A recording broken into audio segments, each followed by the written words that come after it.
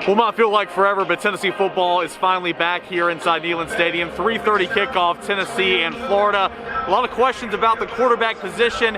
Early reports, at least from a national standpoint, Harrison Bailey is going to be getting his first start here for Tennessee. That's kind of what we expected coming in. Our own Jimmy Himes reported that Jared Garantano was the quarterback that was forced into quarantine, missed practice last week, returned to practice this week, but it looks as if Harrison Bailey is going to get that nod. So what's that mean? I think the game plan will be a little bit more simple, trying to play to the strengths of Harrison Bailey, and if he makes some mistakes, I do think you will see a Garantano come into this ball game today. But I think Tennessee's going to have to maybe a little bit more simple on the offensive end, but going to have to score some points. Florida's offense is scoring 43 points per game. If you want to keep up, if you want to keep pace in this game, Tennessee's got to run the ball effectively with Eric Gray like you did against Auburn and maybe build off that in the passing game, regardless if it's Harrison Bailey or Jared Garantano.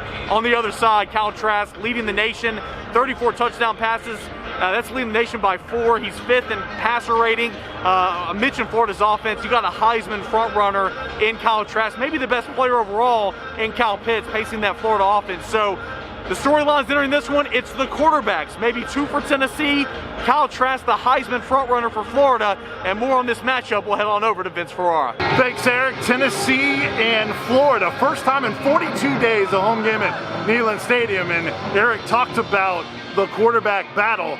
There's a lot of issues that Tennessee faces in this game.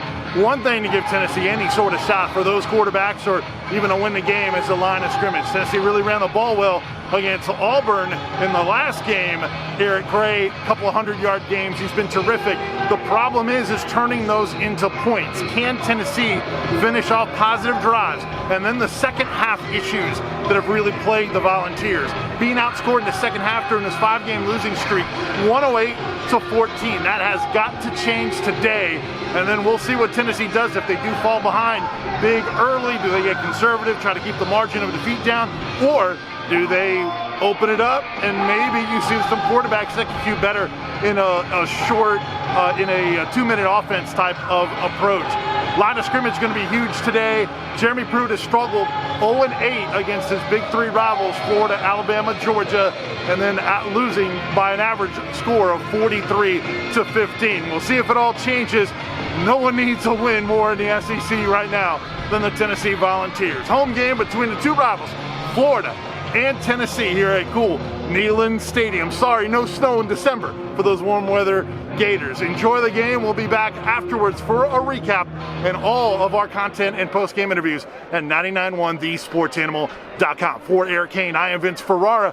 Thanks for watching our pregame. Enjoy the game. We'll talk to you later.